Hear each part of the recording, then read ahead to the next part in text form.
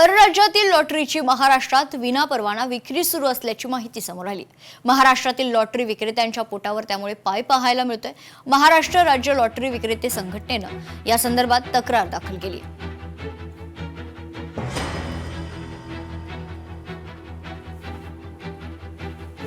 गेल्या 57 वर्ष झाली आता महाराष्ट्र राज्य लॉटरीला।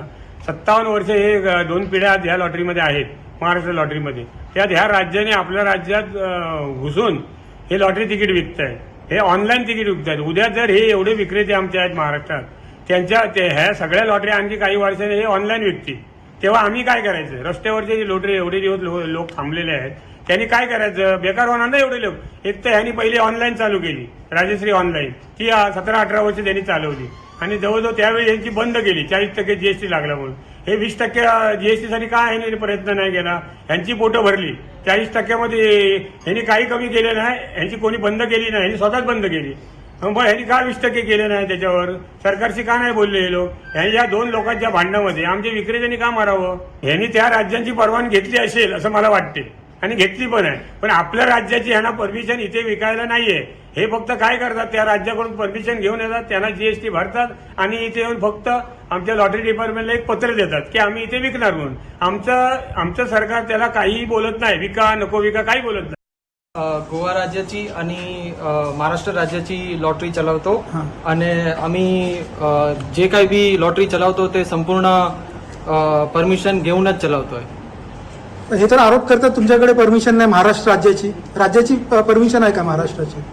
आमच्याकडे गोवा राज्याची आणि मिझोरम राज्य सरकारची परमिशन आहे। पण मग तुम्ही व्यवसाय कुठे करताय? महाराष्ट्रात? महाराष्ट्रामध्ये। मग तिथल्या राज्याची परवानगी आहे आपल्याकडे?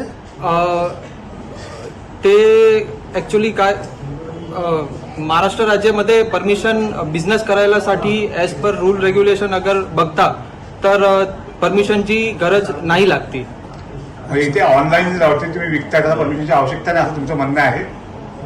महाराष्ट्र परवानगी आवश्यकता आहे सरकार? मग यांची तक्रार काय तुमच्याविषयी? मग ते सांगता की आम्ही जो ऑनलाईन लॉटरी चालवत आहे, मतलब आम्ही बुक माय राष्ट्री मधून जे लॉटरी चालवत आहे ते त्यांच्या उसकी वजह से जे रिटेलर आहे त्यांच्या नुकसान होतोय।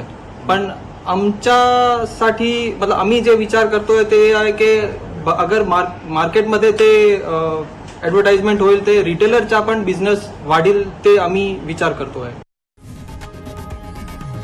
लोकशाही मराठी ऐका, पहा, जागरूक रहा।